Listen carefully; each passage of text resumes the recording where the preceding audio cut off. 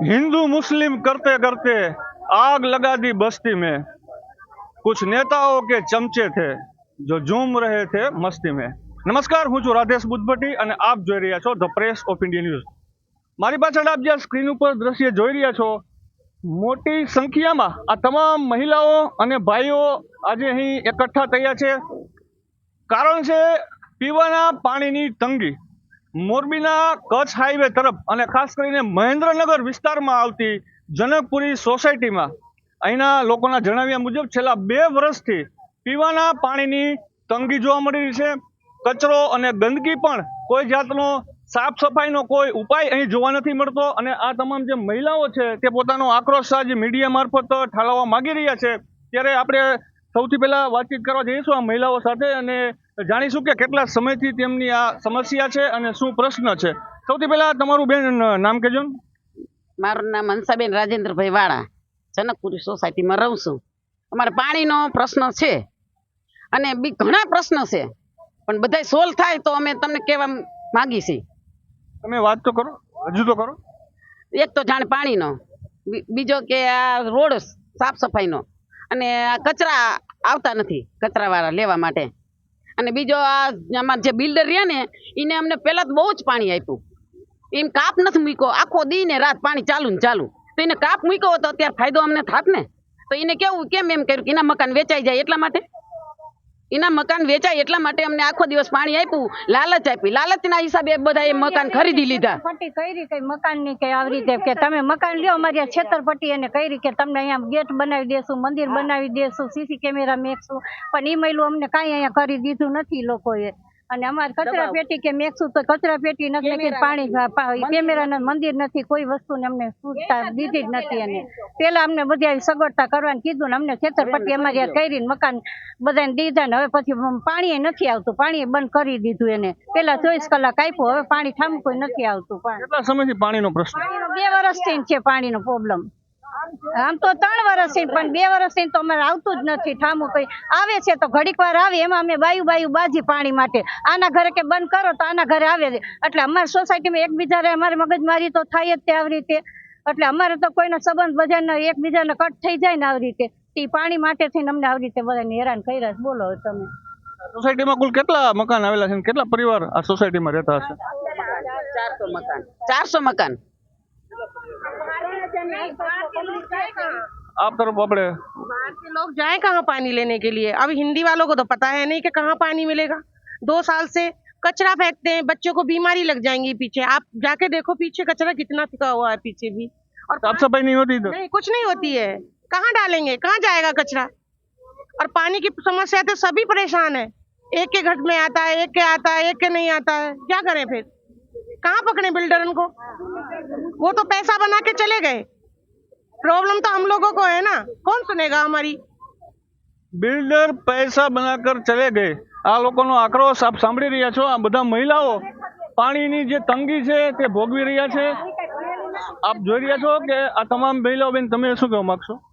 અમે એ જ કહેવા માંગી છીએ કે બિલ્ડર અમને ગરીબ માણસને છેતરા, તો હવે અમારે શું કરવાનું? બિલ્ડર કહે છે તો અમારે હપ્તા ભરવા કે ન ભરવા, કે પાણી વેચાતું લેવું કે શું કરવું, કે અમારા નાના નાના છોકરાઓ એમને ભણાવવા કે પાણી વેચાતું લેવું કે હપ્તો ભરવો કે મજૂરી કરવી, શું કરવી એ બિલ્ડર અમને જવાબ આપે એનો। આ પાણીની આવી અછત તો હવે શું તમે કરો છો ઉપાય? આ માટે તમે શું અત્યારે હાલ કેવી રીતે ચલાવો છો પાણી વગર? ટેન્કર મગાવવા પડે બહારથી, બોર કરાવ્યો, બોરમાંથી એકાબીજા નળી લઈને ભરી લઈ, એ પણ ખારું પાણી। શું ખર્ચ એમાં લાગતો હોય? 800 રૂપિયાનું ટેન્કર આવે છે। 800 રૂપિયાના પીવાના પાણીના ટેન્કર મગાવવા પડી રહ્યા છે।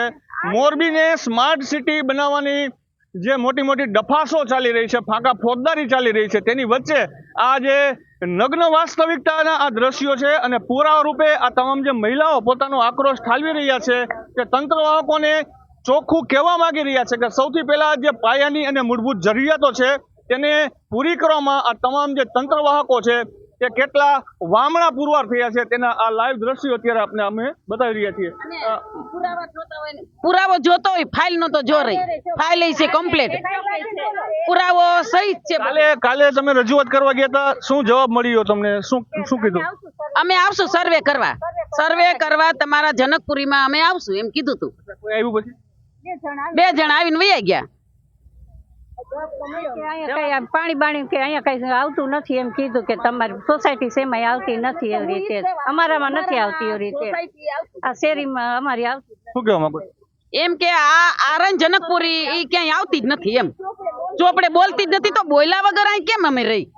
તો અમારા બિલ્ડર ને સમજવું જોઈએ ને, એમ અમે કહેવા માંગી છે. હું દર્શકોને ખાસ એક કહેવા માંગીશ કે અહીં એવા પણ લોકો છે કે જેમણે અહીં બાંધકામની એક મંજૂરી પણ કાયદેસર લીધેલી છે, રૂપિયા આપી અને જે કાંઈ પણ ફી સરકારની થાય છે તે ફી ચૂકવીને એ કાયદેસરની રહેણાંકની બાંધકામની પણ મંજૂરી લઈ લીધેલી છે. આમ છતાં પણ મહેન્દ્રનગરમાં જ્યારે આ લોકો પોતાનો પ્રશ્ન લઈને રજૂઆત કરવા જાય છે ત્યારે તે લોકો ખો આપી દે છે અને કહે છે કે આ બધું મહાનગરપાલિકામાં જાઓ, અને મહાનગરપાલિકામાં જાય તો તે પણ કોઈ જાતના સંતોષકારક જવાબ આ તમામ જે સોસાયટીના લોકો છે તેમને આપી નથી રહ્યા. અને આ તમામ જે બહેનો છે એક પોતાનો જે આક્રોશ ઠાલવે છે કે છેલ્લા 2 વર્ષથી આ સતત પીવાના પાણીની તંગી આ જનકપુરી સોસાયટીના આ લોકો ભોગવી રહ્યા છે. માત્ર પાણીની તંગી નહીં પરંતુ સાથે ગંદકીનો પણ પ્રશ્ન છે. કચરો અહીંથી ઉપાડવા પણ કોઈ અહીં આવતું નથી, કોઈ પણ જાતની વ્યવસ્થા નથી, જેથી કરીને આ ગંદકીના કારણે માંદગી પણ ફેલાઈ શકે છે. અને આવા જે નાના નાના આપ જુઓ દ્રશ્યો, કેમેરામેન કહું બતાવો, આવા નાના નાના જે બાળકો અને ભૂલકાઓ છે આ તમામ આ ભૂલકાઓ પણ બીમારીનો ભોગ પણ બની શકે છે. પરંતુ જે નિંબર તંત્ર વાહકો છે તેને આની લગીરેખ પણ નથી પડી. આ તમે દ્રશ્યમાં જોઈ રહ્યા છો ઘણા બધા ભાઈઓ છે, આપણે એમને પણ પૂછીએ અને વાતચીત કરીએ. ભાઈ તમારું નામ કહેજો અને આ પ્રશ્ન છે. કૌશિક રમણીકભાઈ બજાણિયા. હું અહીંયા 3.5 વર્ષથી રહું છું. પહેલાં હું રહેવા આવ્યો ત્યારે 24 કલાક પાણી આવતું હતું, પણ જેવા બિલ્ડરો મકાન વેચીને નીકળી ગયા પાણી બંધ થઈ ગયું અને પાણી અત્યારે પૂરતા પ્રમાણમાં આવતું નથી. આજ આવતું હતું, કાલે અમે રજૂઆત કરી, જે આવતું હતું એ પાણી આ લોકોએ બંધ કરી દીધું. આ મુદ્દાની વાત છે કે રજૂઆત કરવા ગયા તો જે પાણી જેટલું મળતું હતું તે પણ બંધ કરી દેવામાં આવ્યું.